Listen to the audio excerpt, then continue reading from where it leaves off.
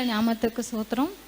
இப்போ போன சாட்டர்டே வந்து எங்கள் வீட்டில் வந்து ஒரு சம்பவம் நடந்தது. என்னன்னு கேட்டிங்கன்னா, எங்கள் வீட்டு பெட்ரூமில் வந்து ஒரு கட்டில் ஒட்டி ஒரு சாரப்பாம்பு 5 அடிக்கு மேலே இருக்கும்.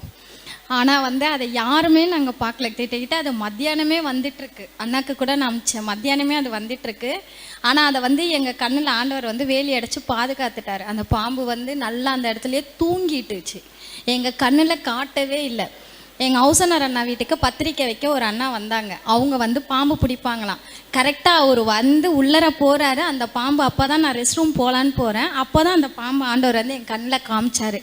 காமிச்சு 5 நிமிஷத்தில் அந்த பாம்பை வந்து பிடிச்சிட்டு வெளியில் கூட்டிகிட்டு போயிட்டாங்க. எங்களுக்கு எந்த சேதமும் இல்லை, எங்களுக்கு எந்த ஒரு இதுவும் இல்லை. அம்மா ஆண்டவர் எங்களை அவ்வளோ அழகாக வேலி எடுத்து பாதுகாத்தார்.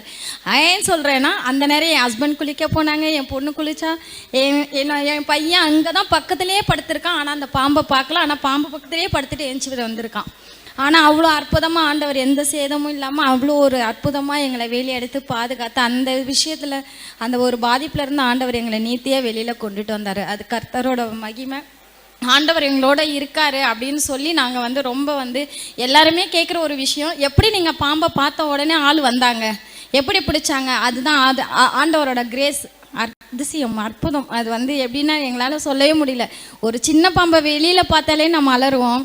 ஒரு 5 அடி பாம்பை நீங்கள் பெட்ரூமில் பார்த்தா எப்படி இருக்கும்? சுருண்டு படுத்து அப்படியே 2ஆக வளைஞ்சு கிடக்குது. ஆனால் அந்த ஒரு இதில் ஆண்டவர் எங்களை ரொம்ப அழகாக வெளியில் கூட்டிகிட்டு வந்து, அப்போயும் நாங்கள் ப்ரேயருக்கு வந்துட்டோம். எப்பவும் தனியாக இருப்பேன், ஆண்டவர் என்னை தனியாக இருக்க விடாமல் என்னை ப்ரேயருக்கு கூட்டிகிட்டு வந்து அதுக்கப்புறம் ஆளுங்களாம் இருக்கும்போது தான் அந்த கண்ணிலேயே காமிச்சார். அதனால் கர்த்தரோட நாமம் மகிமையை படட்டும். மீன் சோத்திரம் சோத்திரம்.